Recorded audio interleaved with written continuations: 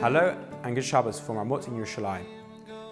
This week's Parsha introduces us to a whole new generation of leaders who are going to take the Jewish people from the slavery and oppression they were experiencing in Egypt to the brink of Eretz Yisrael.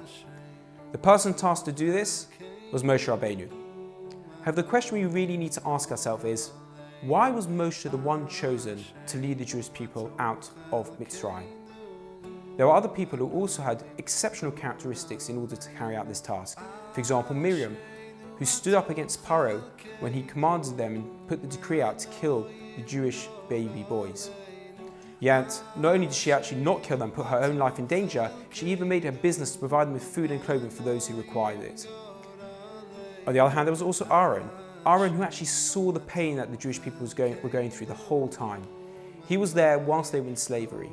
Yet Hashem decides to spend 7 days convincing Moshe that he should become the leader of the Jewish people at the burning bush.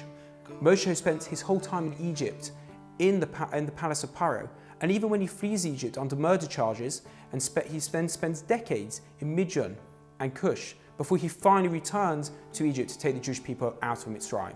So what was so special about Moshe that he was the one to take up the task? When you look into the Pesukim and the Midrashim this week's Parsha, we start to see two particular characteristics of Moshe that were so essential to the leadership of the Jewish people. The Pasuk says, "Vayar b'siv lo som." He saw them with their burden. He saw what was happening to them. Rashi immediately points out that Moshe didn't just go out to update himself with what was happening to the Jewish people.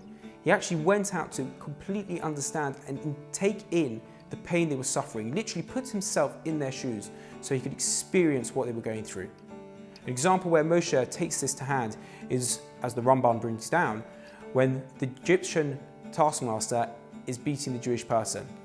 Moshe got so angry and so upset, as if he was feeling the pain himself, that he literally turned around and killed the Egyptian in order to save the Jewish person.